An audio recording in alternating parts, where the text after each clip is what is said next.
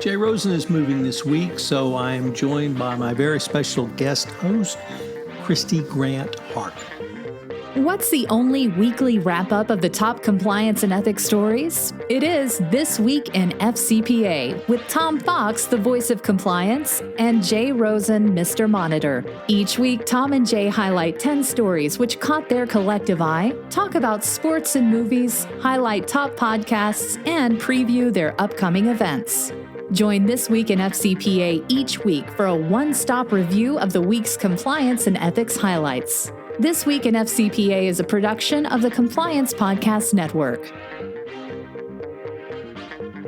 Some of the stories we're taking a look at this week on This Week in FCPA include design thinking returns to compliance, an ex-Goldman Sachs banker settles an FCPA matter, a series of FBI short videos on red flags around cybersecurity, why Tricky Dicky still lives in FCPA enforcement, using insurance captives to provide FCPA D&O coverage, an interesting approach. Do we need to ban high-value currency for AML purposes? What about compliance opportunities in and after COVID? How you can build an effective AML action plan? The SEC settles a pre-taliation case with Guggenheim Partners. And will laws requiring board diversity survive court scrutiny? We take a look at key podcasts over the past week on the Compliance Podcast Network and events, all on This Week in FCPA.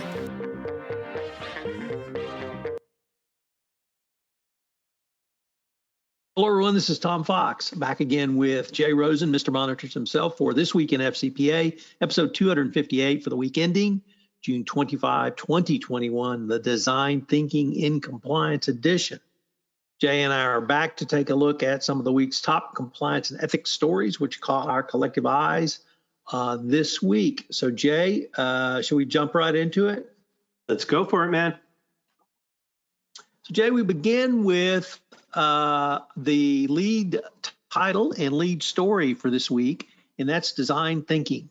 Our colleague Karsten Tams, who's been in the compliance field for probably about as long as we have, he's one of the most interesting thinkers around. He comes to us, or rather comes to compliance from a little bit different perspective. And one of the things that I've always been interested in Karsten's thoughts on are design thinking. He and I began a dialogue about 5 years ago on the use of design thinking in compliance. And he's put together a 5-part series. He's posting each week on LinkedIn, and part 1 is up, and it's entitled Design Thinking Meets Ethics and Compliance. And he explains why design thinking is uniquely suited to a compliance solution, and I heartily agree with him. Basically, it's 4 different points that an engaging program needs. It should serve its users' needs, and design thinking is designed to exactly do that. 2, if you build it with them, they will be more engaged. 3, you begin with a design sprint, and that's part of design thinking's well-structured process to utilize to come up with and develop new ideas, and then tailoring a design thinking project that fits. And the key really to all of this, Jay, is that design thinking evolved as a process to involve customers in the design process, and the theory being if you have customers design it and their input into what they want in the marketplace, they'll buy it. Well, that same process, I believe, transfers and translates exactly into the compliance profession and the compliance program, which is if you involve your employees in it, not only will it be a better program, but they'll be more engaged with you and with it. So check out part 1 in his 5-part series. I'm going to be writing more about design thinking next month, inspired by Karsten's posts, and we hope to have a pretty good dialogue on this. Jay, what do you have for us? Next up, we've got something from our good friend at the Wall Street Journal Risk and Compliance Journal, Dylan Tokar. And we're going to take a look at an ex-Goldman Sachs banker who settles an FCPA matter. A former Goldman Sachs Group banker has settled the claim by U.S. regulators that he arranged for millions of dollars in bribes to be paid to government officials in Ghana to help a client win a power plant contract. Asante Berko, a former executive at Goldman's London subsidiary, will pay about $329,000 to resolve U.S. SEC case without admitting or denying the regulator's allegations. The penalty represents what regulators say are the net profits he gained as a result of the alleged bribery scheme plus interest. The SEC and Goldman Sachs didn't immediately return requests for comment. Mr. Berko, who was charged by the SEC in April of last year in a civil lawsuit with facilitating as much as $4.5 million in bribes to help a Turkish energy company win a contract to build power plants in Ghana. He personally paid at least $66,000 to members of the Ghanaian parliament, according to the SEC's lawsuit, which accused him of violating the Foreign Corrupt Practices Act. A person with knowledge of the case said the company involved was a Turkish energy company called AKSA, A-K-S-A Energy, and the SEC said the Istanbul-based company funneled money to an intermediary which paid the bribes. Mr. Berko, a U.S. citizen who left Goldman Sachs in 2016, tried to hide the scheme from Goldman's compliance officers, according to the lawsuit. The bank, which wasn't named in court's filings, ended its involvement with the project after the Turkish company refused to explain the intermediary firm's role. A Goldman Sachs spokesman said the bank fully cooperated with the SEC investigation, adding that the commission at the time noted the bank's compliance personnel took appropriate steps. The penalty agreed upon by the SEC and Mr. Berko on Wednesday represents a significant step back from what the regulators said should have been imposed at the time its civil lawsuit was filed. In a complaint filed in 2020, the SEC had said the former Goldman banker should pay a civil penalty along with disgorgement of gains from the alleged scheme. The settlement reached on Wednesday did not include a civil penalty. Back to you, Tom. So, Jay, next up, we have a little bit different and yet a little bit interesting series that I wanted to highlight. And this came to my attention from our good friend, Scott Moritz. Scott, of course, has the Fraud Eat Strategy podcast on the Compliance Podcast Network, and he is a partner at FTI. And he had a post on LinkedIn which was one part of a 6-part series by the FBI. Scott's a retired FBI agent on red flags in cyber. And these are short. We've linked to all 6 YouTube videos on things you need to watch out for. They're aimed at individuals and families and homeowners, but I looked at all of them. I think they're all less than 2 minutes each. And I thought they were really applicable for a business as well. So we've linked to all 6. Part 1 is red flags around requests for payments. Part 2, payments above listed amounts. Part 3, request to move a new platform to communicate. I thought that was an interesting one. Part 4 is if you get an email where it indicates a sense of urgency to pay. Part 5, unsolicited text asking for payment. And then part 6 is more on a request to move to a new platform to either pay or to communicate. So as I said, we've linked to this in the show notes. I found it to be a really interesting series. And I think that a compliance officer or whoever might be in charge of cyber at your organization should really send these out to employees, because it really provides a nice short refresher on red flags around payment. And if you're involved in payments in your organization, it would, I think, do you good to just watch those. So kudos to the FBI for producing and putting this out, and double kudos to Scott Moritz for bringing it to the attention of our community on LinkedIn. Tricky Dicky makes an appearance in the 2021 FCPA blog. Tell us about it. All right, this comes to us from Jit Kasson, the founder of the FCPA blog. And he answers the question is why FCPA cover-ups are worse than the crime. Every compliance training session should include the following warning. If you ever become involved with, see, or otherwise discover a potential FCPA violation, stop everything. Don't clean your desk, empty the trash can, or even clear your browser history. Prosecutors could view moves like those as an attempt to cover up the bribery or impede an investigation. For emphasis, add this to your warning. Individuals convicted of a criminal FCPA violation face up to 5 years in prison, but anyone guilty of violating the federal obstruction statute can be jailed for up to 20 years. The short but dangerous law is found at, and we have a link here to 18 U.S. Code 1519, which says, whoever knowingly alters, destroys, mutilates, conceals, covers up, falsifies, or makes a false entry in any record, document, or tangible object with the intent to impede, obstruct, or influence the investigation or proper administration of any matter within the jurisdiction of any department of the United States or any case filed or in relation to or contemplation of any such matters or case shall be fined under the title and imprisoned not more than 20 years. Prosecutors can't throw corporations in jail, but they can punish organizations with huge fines. The DOJ and the SEC's FCPA resource guide warns issuers about the obstruction provisions of Sarbanes-Oxley. And by the way, SOX also criminalizes, quote, retaliation against employee whistleblowers under the obstruction of justice statute. And finally, the DOJ's Justice Manual describes corporate obstruction as the opposite of cooperation.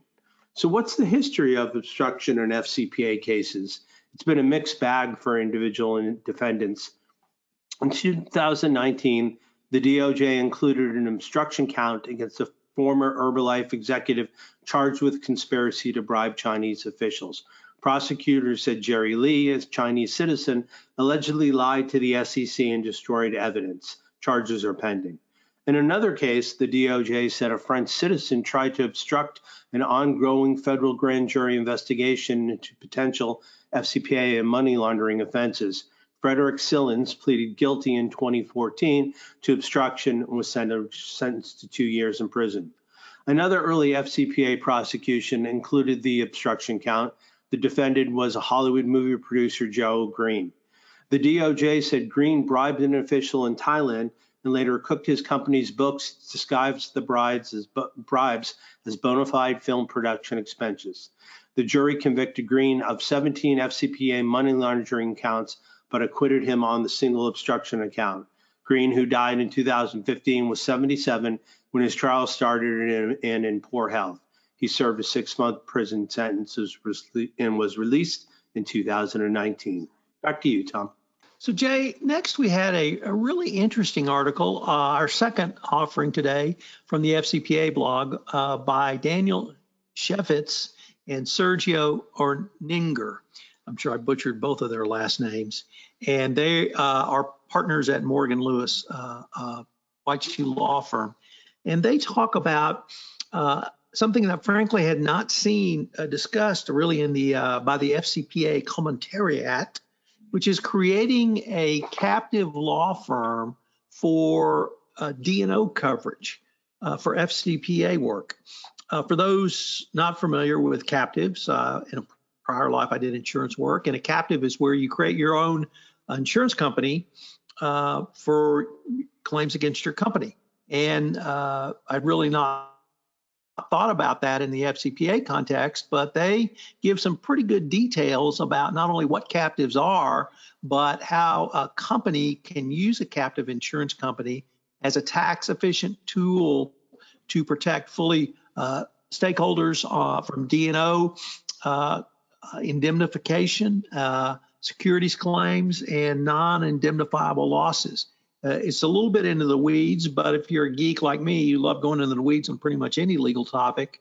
And once again, this is not something I've really seen talked about in the FCPA arena. Usually it's over on Kevin LaCroix's D&O Diary blog, but check out this piece. And if it makes sense for your company, you might want to talk to these guys because it may give you a cost-effective way to provide the insurance that your board should be demanding, and indeed you should be providing to them if FCPA or really any securities law claim arises, or perhaps even you could expand it out to really any claim against the company that could become cognizant. So kudos to these authors, and a really interesting idea for some protection from potential securities law and FCPA exposure. Jay, what do you got next? We're going to ask a question. Do we need to ban high value currency? And this piece comes to us from Sam, hope I say it okay, Magaram, and the GAB, the Global Anti-Corruption Blog. Although the use of cash continues to decline in both the legitimate and illicit economies, lots of criminal transactions, including bribes, still use cash. The anonymity, the untraceability, and the universal exception of greenbacks makes it useful for many types of criminal activity, including not only corruption, but also drug trafficking, human trafficking, and terrorism.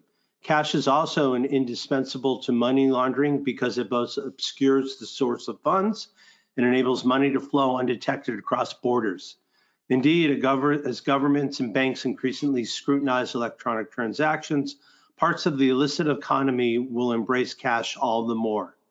Nobody could seriously argue for eliminating cash entirely, but there's a simple step that monetary authorities can and should take to make cash-based criminal transactions substantially harder, without substantially impinging on the legitimate cash-based economy. And this answer could be to eliminate high denomination notes. In contrast to lower denominations, high denomination notes serve few useful purposes in the legitimate economy. While some high denomination notes are held by governments and people without access to the banking system, a significant portion of these notes are used for unlawful activities like paying bribes, laundering money, and evading taxes.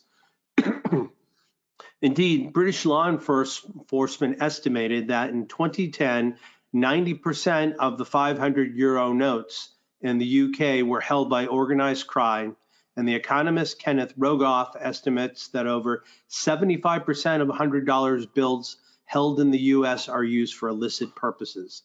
Given that there are 1.08 trillion in hundreds currently circulating, approximately $100 bills for every man, woman, and child in the US, and that typical American adult carries only about $60 in his or her pocket, it's almost certain that a substantial portion of those hundreds are in the hands of criminals. Why are higher denomination notes so popular, especially with criminals? The reason is simple. Cash is bulky, and a large quantity of notes tends to be heavy and conspicuous. For most legitimate everyday transactions, the difference in size and weight between lower denomination notes and higher denomination notes is trivial. 520s don't weigh much more than a single $100 bill and aren't much harder to fit in a wallet. But criminals who engage in much larger cash transactions, where the size and the weight difference can be substantial.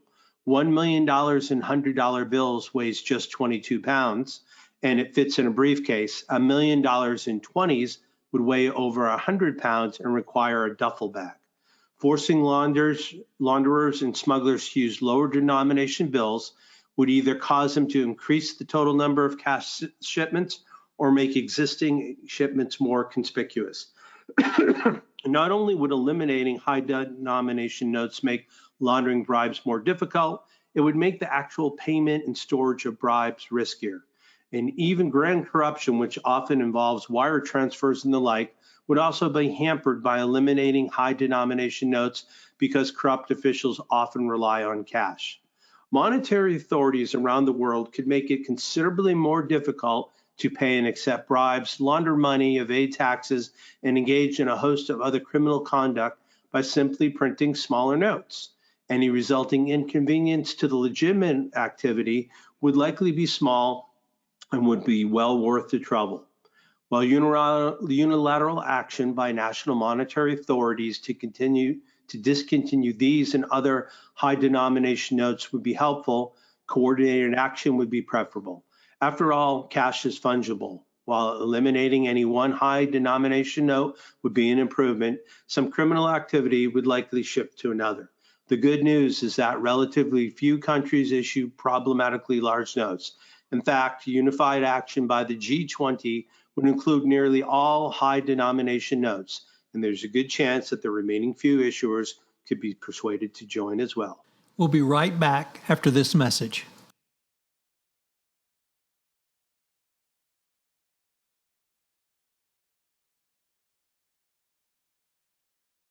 Well, Jay, you're a Hollywood kind of guy. Is that going to really crimp your style when you're, out kind of whining and dining the crew? Well, I think it's more like lighting up my cigars, and I would rather use ones than hundreds anytime. Well, that's a valid point, Jay. Point well taken. Jay, next we have a really interesting article and first-time contributor to This Week in FCPA, and that's Stephen Naughton. Stephen is the faculty advisor for the Journal of Regulatory Compliance at Loyola University. And he published an article entitled Compliance Opportunities in and After the Time of COVID-19. And then as I went to do some research and put the links in, it turns out there is an entire law review article related to compliance topics. Probably not surprising given the name, the Journal of Regulatory Compliance.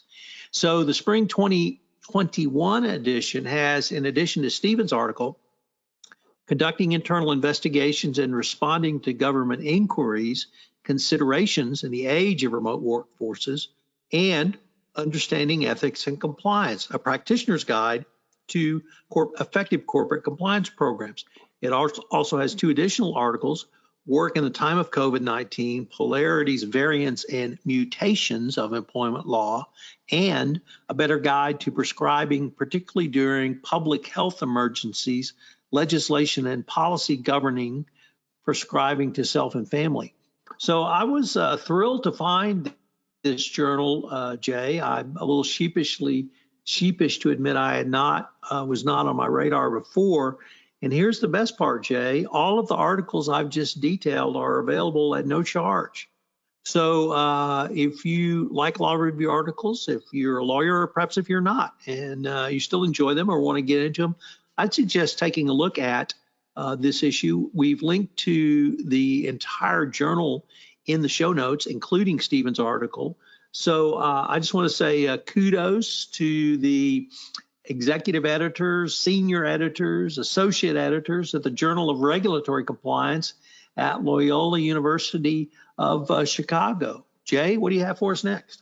Next, we check in with our friends at Corporate Compliance Insights, and we ask, how can FinServe organizations build an effective action plan? This article comes to us from Peter Fitzgerald, Scott Zucker, and Tristan Sunis Wilson. When a financial institution incurs a Bank Secrecy Act or anti-money laundering enforcement, it needs to respond with an action plan detailing how it will resolve its wrongdoing. The document will help to define the relationship between the regulator and the organization, and it may ultimately mark the difference between a slap on the wrist and a significant penalty.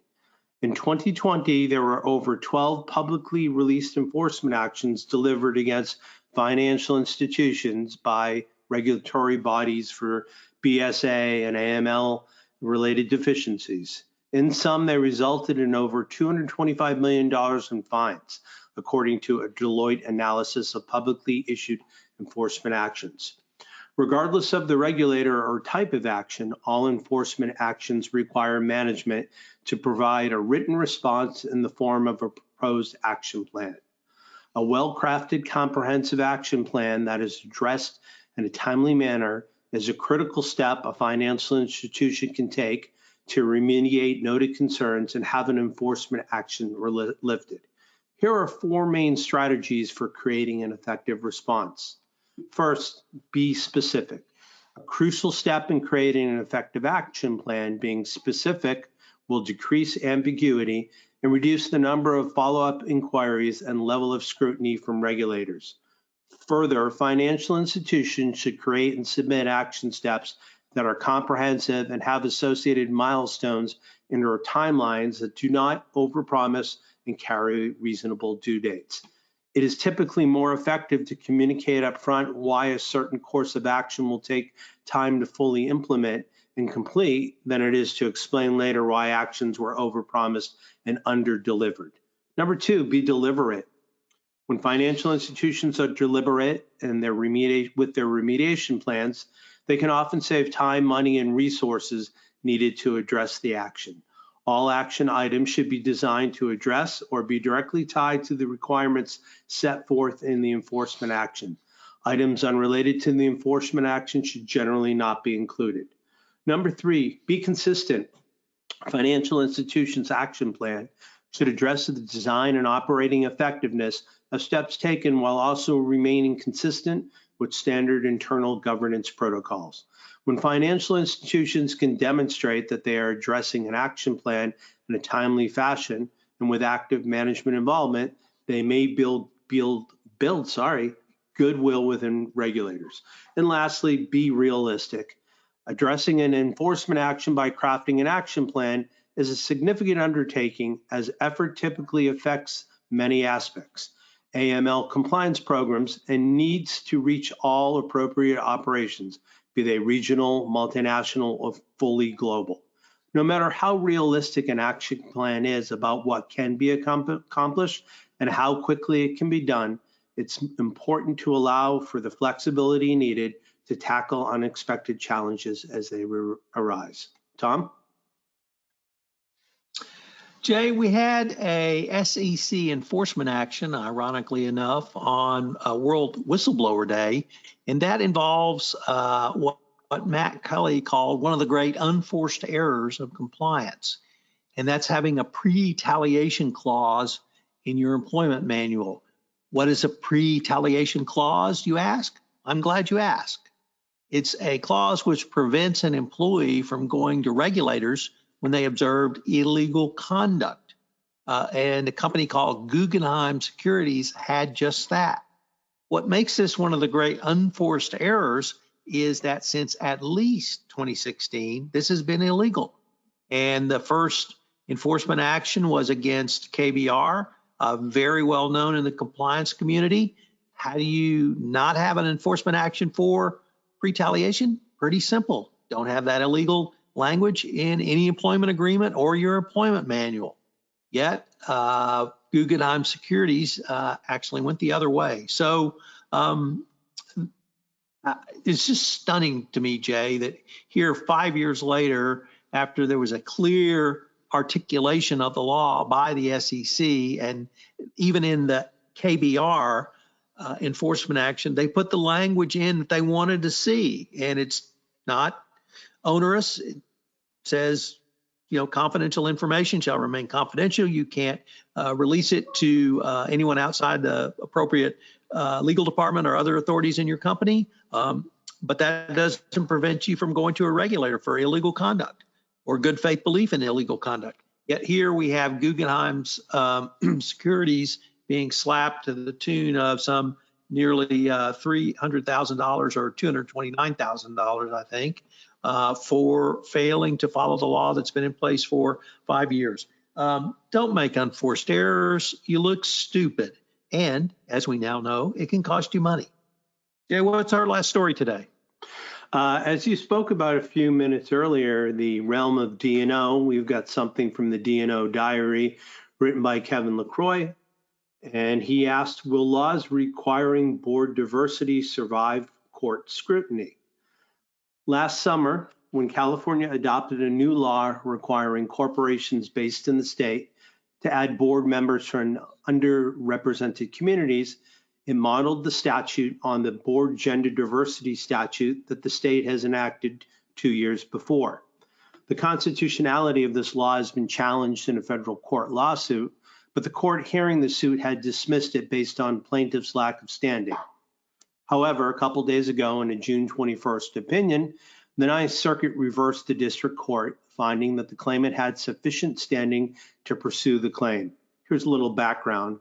The California legislature enacted Senate Bill 826 in 2018, which required all corporations headquartered in the state to have a minimum number of females on their board of directors. Corporations that do not comply are subject to monetary penalties. OSI Systems is a Delaware corporation based in California, and it's subject to SB 826. In November of 2019, Creighton Mellon Jr., an OSI Systems shareholder, sued the California Secretary of State alleging that the bill discriminates on the basis of sex in violation of the Equal Protection Clause of the 14th Amendment and seeks to force shareholders to perpetuate sex-based discrimination. At its December 2019 shareholder meeting, OSI shareholders elected a female to fill a vacant board seat. California then filed a motion to dismiss Milan's complaint for lack of Article III standing. The district court granted the state's motion on the grounds that Mellon had not suffered an injury in fact because the statute imposed requirements and potential penalties on corporations, not individual shareholders. The district court also found that Mellon was free to vote for a male board candidate if he so desired. Finally, the district court found that even if he had established an injury, Mellon's injury was not an actual or imminent because OSI was compliant with the statute. He appealed the district court's dismissal. In a June 21st opinion written by Judge Sandra Sigal Ikuda for a unanimous three-judge panel, the Ninth Circuit reversed the court's dismissal of Mellon's claim. While the district court found that he was free to vote for male board candidates, the statute, the appellate court said, necessarily requires or encourages individual shareholders to vote for female board members, as, quote, failure to vote for a female, unquote, would contribute to the risk of putting the corporation in violation of state law. Here's the discussion. The appellate court's ruling that Milan had standing means only that the lawsuit now goes back to the district court. The appellate court's ruling does not mean his claims are meritorious or that the statute is unconstitutional. But while the ultimate merits of his claim remain to be determined, the appellate court's ruling is nonetheless significant, both with respect to the board's gender diversity statute and with respect to the state of California's more recently enacted board racial diversity statute. If the California statutes are upheld, other states may enact similar laws. And if the California laws are struck down, state legislators may be constrained from seeking to impose board diversity requirements by statute.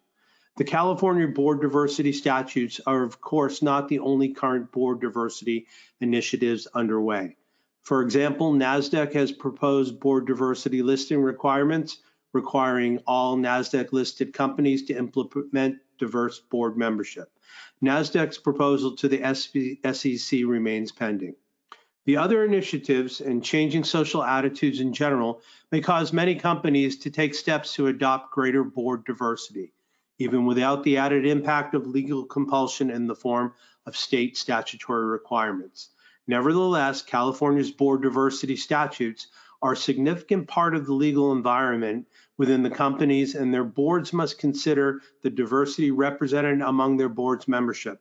At a minimum, if the statutes are struck down as unconstitutional, the legal compulsion towards diverse board membership will be diminished. Tom, let's start off on podcasts for this week. Sure, Jay. I had a great week of Microsoft employees on Microsoft Week on Innovation and Compliance. Our good friend Alan Gibson, who we know from the compliance function when he was in the compliance function at Microsoft, he's moved on to another role now, talked about legal compliance for the future. Abbas Kudrati on innovation through information security. Joseph Davis on a progressive and humble leadership to cybersecurity. Erica Telly on records management and information governance, and Jesus Fernandez on the digital transformation of compliance. For those historians out there, and particularly those who are interested in ancient Greek and ancient Rome, Richard Lummis and I are doing a 10-part series on Plutarch's lives. In episode 1, we looked at the lives of and leadership lessons from Themistocles and Camillus. In episode 2, Solon and Popsicola. And then this week, posting on episode 3, one of my personal heroes, Pericles and Fabius Maximus. If you've ever wondered where the Fabian strategy came from, Fabius Maximus is your man. On trekking through compliance, this week we had Space Seed, the great precursor to Star Trek II, Return of the Archons, This Side of Paradise, Devil in the Dark, and Errand of Mercy. Jay, you want to tell us about some of the upcoming events? Yeah, we've got some names I can butcher. On July 1st, join K2 Integrity's Snezana Gebauer and Darren Matthews as they present a webinar on asset tracing at the IBA Global Influencer Forum. And we have a link to sign up and with more information on the show notes.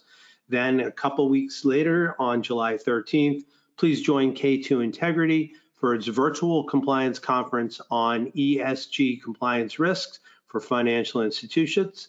And then finally, Compliance Week is looking at their third risk management in 2021 and a 2-day virtual event on June 29th and 30th. And we have a link to click through. And Tom, what's the update on the book? Jay, we're literally days away from the release by LexisNexis. So perhaps next week for our 4th of July edition, we can have a special announcement about that. Great. Well, as always, Tom Fox is the voice of compliance. He can be reached at tfox at tfoxlaw. And I, Jay Rosen, am Mr. Monitor. And you can reach me at the initial J, ROSEN at affiliatedmonitors.com. So on behalf of Tom and myself, we'd like to thank you for joining us for This Week in FCPA, episode 258, for the week ending June 25th, 2021, the Design Thinking and Compliance Edition. We thank you for spending part of your week or weekend with us, and we look forward to talking to you next week when we'll take a look at This Week in FCPA.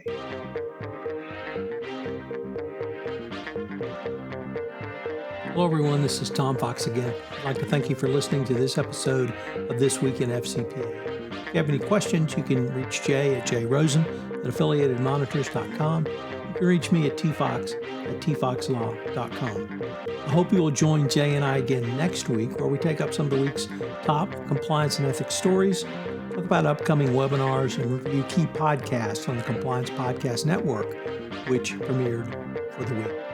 Thanks again for listening.